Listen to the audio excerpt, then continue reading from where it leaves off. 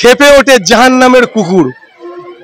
তো ন্যাচারালি ও জাহান্নামের কুকুর যে তকমাটা দেওয়া হয়েছে একদম ওর জন্য টোটালি অ্যাপ্রোপ্রিয়েট।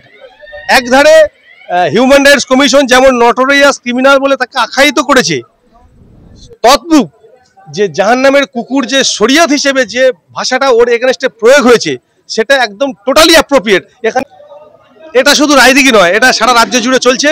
নওশাদ সিদ্দিকীর যে লড়াই, সেই লড়াইকে সম্মান জানিয়ে, কুর্নিশ জানিয়ে সারা রাজ্যের প্রত্যন্ত গ্রাম থেকে গ্রাম অঞ্চল, শহর থেকে শহরাঞ্চল সর্বদাই একই চিত্র চলছে। সবাই নওশাদ সিদ্দিকীর লড়াইকে কুর্নিশ জানিয়ে নওশাদ সিদ্দিকীর আন্দোলনে সামিল হতে চাইছে। তার রায়দিঘি তার ব্যতিক্রম নয়।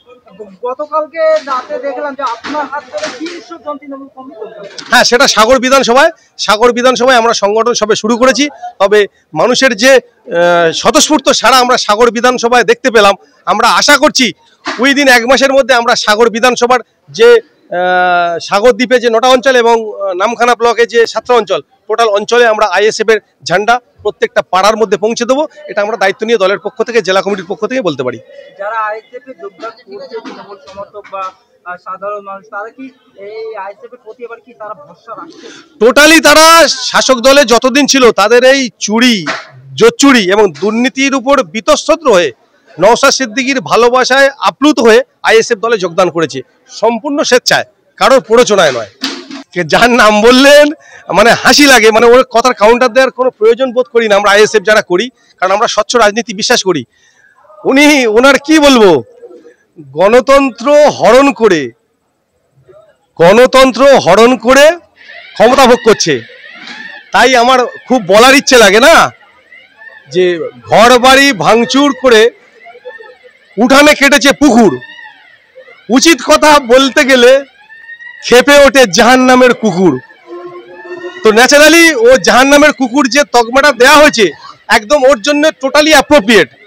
একধারে হিউম্যান রাইটস কমিশন যেমন নটোরিয়াস ক্রিমিনাল বলে তাকে আখ্যায়িত করেছে, তদ্রূপ যে জাহান্নামের কুকুর যে শরিয়ত হিসেবে যে ভাষাটা ওর এগেনস্টে প্রয়োগ হয়েছে সেটা একদম টোটালি অ্যাপ্রোপ্রিয়েট। এখানে কোনো অংশে মানে সেটা ডিসকাস করা যাবে না, মানে সেটাকে কাটিং করা যাবে না, একদম অ্যাপ্রোপ্রিয়েট শব্দ ব্যবহার করেছে। আছে কারা, ওই কে হাকিমুল আছে, কারা সেই আপনার কি বলবো সেই বাহারুল আছে, এরা সব জোকার। এরা স্টেজে উঠলে লোক হাসে, হাস্য কৌতুক করে। মোদা স্যারের কথা বুঝলেন, সে জোকার। ওদেরকে নিয়ে হাসানোর জন্য ওদেরকে স্টেজে আনা হয়, আলটিমেট ওদের কোনো 2 পয়সা দাম নেই। নওশাদ সিদ্দিকীর এগেনস্ট ওরা সব জিরো। নওশাদ সিদ্দিকীর লড়াই মমতা ভাইয়ের সঙ্গে, ওদের সঙ্গে নয়। যে রাজ্যে একজন মহিলা মমতা বন্দ্যোপাধ্যায়, যিনি প্রতিশ্রুতি দিয়েছিলেন কলকাতা থেকে লন্ডন করবে, আর 10 জন মানুষের প্রাণ হারাতে হবে।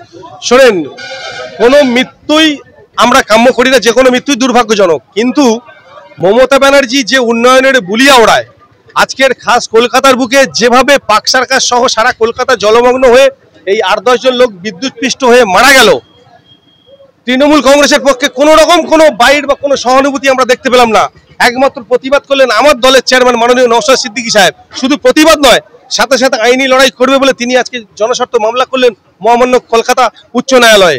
আমরা দেখতে চাই যে নওশাদ সিদ্দিকী যেমন মুখে বলে না, তিনি আইনি লড়াইটা সর্ব জায়গায় করে আসছে সবার জন্য। তিনি ন্যায় বিচার দাবি করে এবং ন্যায় বিচার পাওয়ার জন্য আদালতের কাছে দ্বারস্থ হয়। আমরা সেটা তার ব্যতিক্রম। আজ কলকাতার বাসীর জন্য নওশাদ সিদ্দিকী একই পদক্ষেপ গ্রহণ করেছে। সেখানে কোনো জাত পাত ধর্ম কিছুই তিনি দেখেন না, দলমত নির্বিশেষে সবার মানে পিছিয়ে পড়া জাতি, যারা অত্যাচারিত, লাঞ্ছিত, বঞ্চিত, সবার পাশে নওশাদ সিদ্দিকী একমাত্র ভরসা। তাই মানুষ এত শয়ে শয়ে মানুষ বিভিন্ন জায়গায় নওশাদ সিদ্দিকীর পাশে দাঁড়াচ্ছে। নওশাদ সিদ্দিকীর ঝান্ডা কাঁধে নিয়ে তারা 26-এর বৈতরণী পার করতে চাইছে।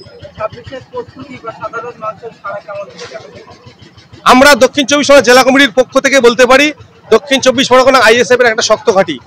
আমাদের দক্ষিণ 24 পরগনা যে 31টা সিট আছে, আমরা কম বেশি 1-2 জায়গা বাদ দিলে বাকি প্রায় 29টা 28টা ব্লকে আমরা অলরেডি আমরা পৌঁছে গেছি এবং মানে সার্বিকভাবে খুব গ্রহণযোগ্যতাভাবে সাধারণ মানুষ আইএসএফকে ঝান্ডা নিয়ে কাজ করছে এবং দল উত্তরোত্তর শ্রীবৃদ্ধি বাড়ছে।